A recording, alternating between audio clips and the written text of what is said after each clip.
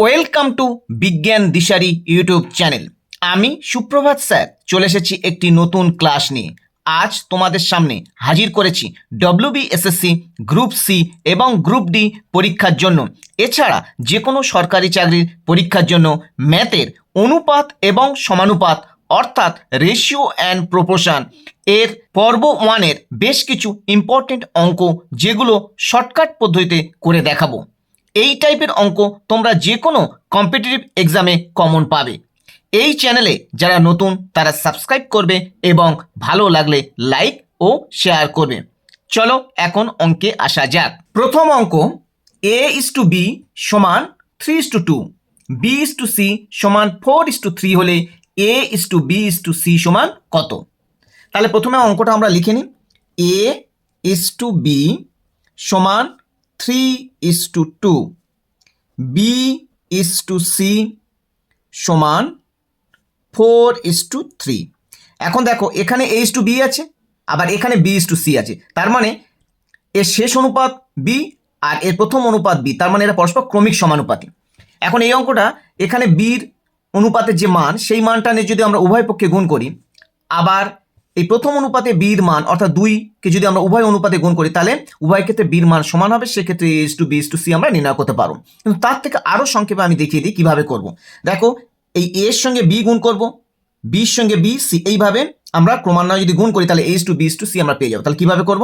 3-এর সঙ্গে 4, 4-এর সঙ্গে 2, 2-এর সঙ্গে 3, এই প্রসেস, জাস্ট এই যে ডায়াগ্রাম দিলাম সেই নিয়মে আমরা গুণটা করব। তার মানে a:b:c সমান, এখন দেখেই উত্তর হবে, 3 আর 4 গুণ করব, 4 আর 2 গুণ করব, 2 আর 3 গুণ করব। তার মানে কি দাঁড়ালো? 3 4 12, 8, 6। এবার এটা কেটে ছোট করব, 6 দুকানে 12, 2 দিয়ে কাটলে 4 দুকানে 8, 3 দুকানে 6। অর্থাৎ a:b:c অনুপাত দাঁড়ালো, অর্থাৎ a:b:c সমান 6:4:3। তাহলে কত সংখ্যা আমরা মুখোমুখি করে দেবো, এটা না লিখলেও চলে। 3 4 12, এইভাবে গুণ করবো, 3 গুণক 4, 3 4 12, 4 দুকানে 8, 3 দুকানে 6। তাহলে a:b:c সমান 6:4:3। নেক্সট 2-এর দাগের অঙ্ক, a:b সমান 3:2, b:c সমান 4:3, c:d সমান 5:4 হলে a:b:c:d সমান কত? এখানে দেখো 3টে অনুপাত দিয়েছে, তাহলে এই অনুপাতটা বের করতে হবে। তাহলে কিভাবে? প্রথম অঙ্কটা আমরা সেই একই রকমভাবে লিখে নিই। a:b সমান 3:2, b:c সমান 4:3, c:d সমান 5:4। তাহলে এই অঙ্কটা আমরা কিভাবে করব?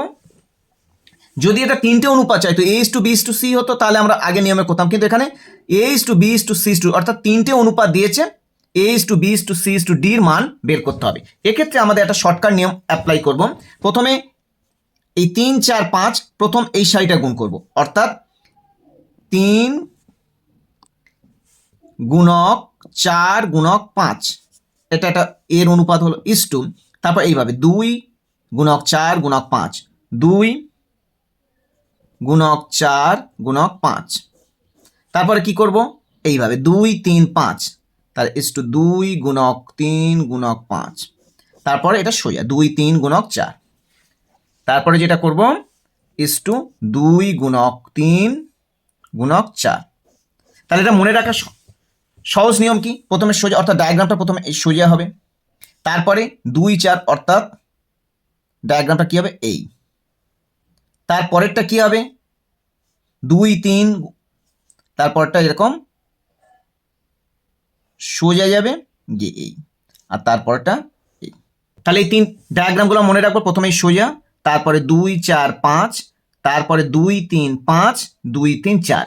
এই আমরা a:b:c:d এর অনুপাত বেরিয়ে গেল। তাহলে a:b:c:d এর অনুপাত বের, এবার এটা ক্যালকুলেশন করে নেব। তাহলে 2 দিয়ে কাটে, দেখো 2 দুকানে 4, এই 2টা কেটে গেল, এরও 2 কেটে গেল, এরও 2 কেটে গেল। তাহলে কি অ্যান্সার দাঁড়ালো? সমান 3 দুকানে 4 5 6 30, 4 5 20, 3 5 15, 12। আর কাটাকুটি হয় না। তাহলে অর্থাৎ a:b:c:d এর মান কি দাঁড়ালো? এটাই, যে 30 20:15:12, A:2B:C:D এর অনুপাতের মান দাঁড়ালো তাহলে 30:20:15:12। এই ডায়াগ্রামটা ফলো রাখবো কিভাবে এই গুণগুলো করতে হয়, সেই ডায়াগ্রামগুলো মাথায় রেখে এই ক্যালকুলেশনগুলো আমরা করে নেব। নেক্সট 3-এর দাগের অঙ্ক, 2A = 3B = 4C হলে A:B:C সমান কত? এটা দেখেই উত্তর করে দেওয়া যাবে। দেখো এখানে 2A = 3B = 4C সমান যা কিছু কে ধরে A B C এর মান বের করে অঙ্কটা করা যায়, কিন্তু 2-3টে স্টেপ হয়ে যাবে। এটা অতি সহজে দেখেই উত্তর করে দেবো। কীভাবে করবো দেখো, তাহলে আমরা প্রথম অঙ্কটা একটু লিখি। 2A = 3B = 4C। এখন A:B:C সমান কত? A:B:C এর মান চেয়েছে। যখন এর অনুপাত আমরা বসাবো, অর্থাৎ এ অনুপাতের মান বসাবো, তখন এ অনুপাতের শখটা বাদ দেবো, এইটা বাদ দেবো। বাদ দিলে পড়ে থাকে কোনটা?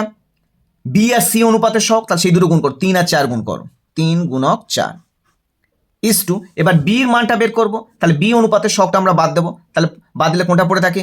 2 আর 4, সেটা গুণ করবো 2 × 4 ইস টু, সির অনুপাতের মান বের করবো, তাহলে সি অনুপাতটা বাদ দেবো, দিলে পড়ে থাকে কোনটা? 2 × 3, তাহলে 2 × 3।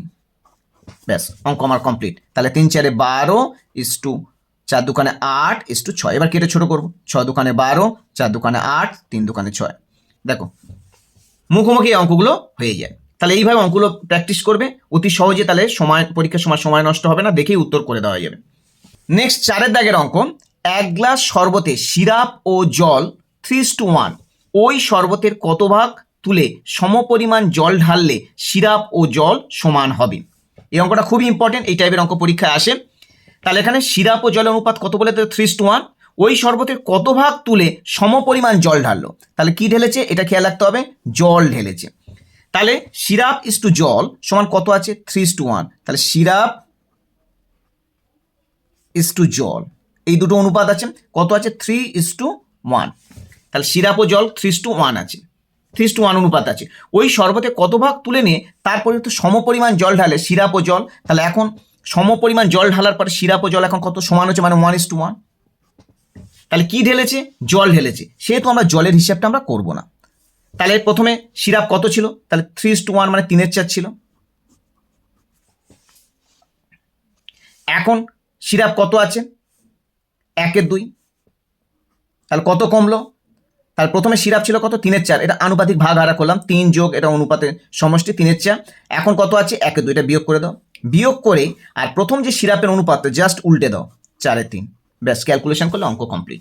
তাহলে এটা ক্যালকুলেশন করো, 4 আর 2 লসাগু 4, এটা 3, 2কে 4 দিয়ে ভাগ করলে 2 × 4/3 সমান কি দাঁড়ালো? 3 থেকে 2 বিয়োগ করলে কত? 1, 1/4 × 4/3, 4 4 কেটে গেল, তাহলে সমান কত হলো? 1/3। এটাই হবে অ্যান্সার, 1/3টা হবে অ্যান্সার। তাহলে প্রশ্ন করেছে ওই শরবতে কত ভাগ তুলে সমপরিমাণ জল ঢালে সিরাপ ও জল সমান হবে? কত ভাগ তুলে? 1/3 ভাগ তুলে, অ্যান্সার হবে 1/3। তাহলে কত সহজে দেখো, এক লাইনে ক্যালকুলেশন করে প্রথমে সিরাপের পরিমাণ, পরে সিরাপের পরিমাণ বিয়োগ করে প্রথম সিরাপের পরিমাণটা জাস্ট উল্টে দাও। যেহেতু এখানে জল ঢেলেছে তাই জলের হিসাব করবো না, এটা খেয়াল রাখতে হবে, যেটা ঢালবে সেটার হিসাব আমরা করবো না। এইভাবে অতি সহজে এই অঙ্কগুলো করে দেওয়া যায়। নেক্সট 5-এর দাগের অঙ্ক, এ বি ও সি তিনটি গাড়ির গতিবেগের অনুপাত 3:4:5। কোনো নির্দিষ্ট পথ যেতে তাদের যে সময় লাগবে তার অনুপাত কত? এখানে গতিবেগের অনুপাত বলে দেওয়া রয়েছে, তাহলে যে সময় লাগবে সময়ের অনুপাত। তাহলে গতিবেগের অনুপাত থেকে যদি সময়ের অনুপাতে যেতে হয়, এখানে কোনো নির্দিষ্ট পথের দূরত্ব বলে দেওয়া নাই, সেই ক্ষেত্রে কোনো নির্দিষ্ট পথের দূরত্ব বলে দেওয়া নেই, সেই ক্ষেত্রে যদি গতিবেগের অনুপাত থেকে সময়ের অনুপাতে যেতে হয়, তাহলে অতি সংক্ষেপে তাকে অঙ্কটা করে দেওয়া যায়। তাহলে এদের গতিবেগের অনুপাত কত বলে দেওয়া হচ্ছে? 3:4:5। তাহলে সময়ের অনুপাত কত হবে? এক লাইন অঙ্কটা করে দেওয়া যাবে। তাহলে প্রথমে এ বি সি, এই তিনটে অনুপাত এ বি সি, তাহলে সময়ের অনুপাত এদের বের করতে গেলে কি করব আমরা? প্রথমটা বাদ দিয়ে, প্রথমটা যেহেতু বের করছি, প্রথমটা বাদ দিয়ে অপর দুটো গুণ করো, তাহলে 4 × 5।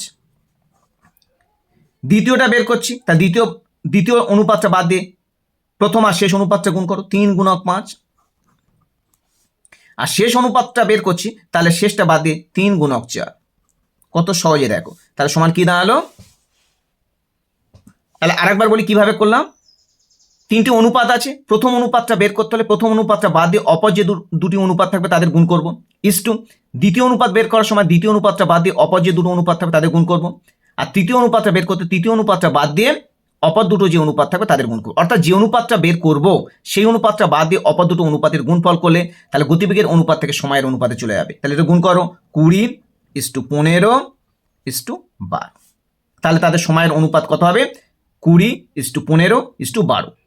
তাহলে এবিসি তিনটে গাড়ির গতিবেগের অনুপাত বলে দেওয়া ছিল, তাদের সময়ের অনুপাত বের করতে হবে। তাহলে গতিবেগের অনুপাত থেকে সময়ের অনুপাত বের করতে হলে অতি সহজে আমরা এইভাবে অঙ্কটা করতে পারি। তাহলে আজ এই পর্যন্ত, আবার দেখা হবে নতুন কোনো ভিডিও নিয়ে। তোমরা এই চ্যানেলের সাথে থাকো।